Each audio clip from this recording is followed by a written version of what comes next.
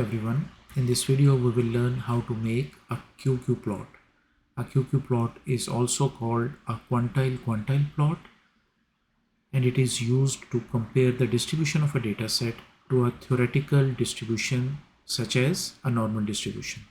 In this video I'll show you how we can create a QQ plot by generating 100 random data points. In order to generate random data points, we set the seed so that every time we run this function rnorm, we get the same data points. Next, we use this function rnorm that will generate 100 random numbers from a normal distribution. After setting the seed, we load the data of 100 random numbers in the variable data.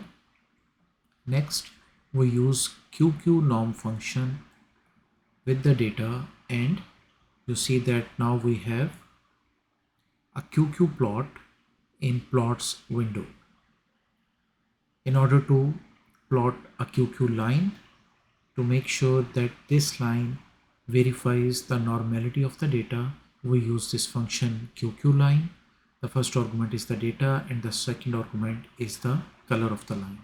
When we run this command, you will see that a line is superimposed on this curve, and this line verifies that this data is coming from a normal distribution. And this is how you can create a QQ plot. Thank you for watching and see you in the next video.